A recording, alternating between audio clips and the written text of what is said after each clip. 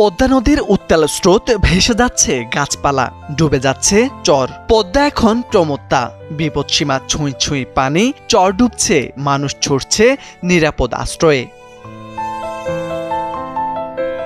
রাজশাহীতে পদ্মার পানি বিপদসীমার মাত্র ৫৯ সেন্টিমিটার নিচে। প্রতিদিনই বাড়ছে ১০-১৫, কখনো ২০ সেন্টিমিটার। টিবাথের গেট বন্ধ, পর্যটন এলাকা নিষিদ্ধ।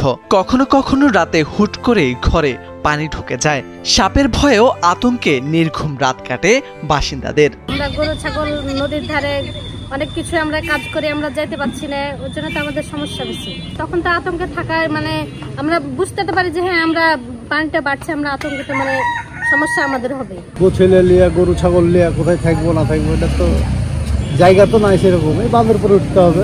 হ্যাঁ, নদীর ধারে বাড়ি যখন তখন তো একটু ভয় থাকবেই, কখন ভেঙে টেঙে যাবে, কি পানি টানি উঠে যাবে রাতে রাতে।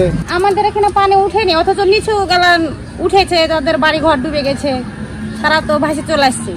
এখনই আমার একটা ননদ আসলো, ওদের নিচে বাড়ি, ওরা চলে আসছে। রাজশাহীর নিম্নাঞ্চল ইতিমধ্যে প্লাবিত। সবচেয়ে খারাপ অবস্থা তালাইয়ামারি ও পঞ্চবটিতে। চরখিদিরপুর, খানপুর, মধ্যচর সবটাই এখন পানির নিচে।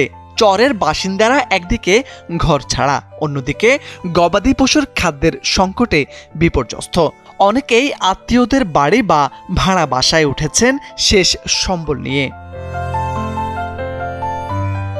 চাঁপাইনবাবগঞ্জের ৭,০০০-এরও বেশি পরিবার পানিবন্দী। সদর উপজেলার নারায়ণপুর ও আলাতলী ইউনিয়ন, শিবগঞ্জ উপজেলা Paka union, Ujirpur union, Durlabhpur union ও চরখিদিরপুরের বাসিন্দারা পানিবন্দী হয়ে পড়েছে।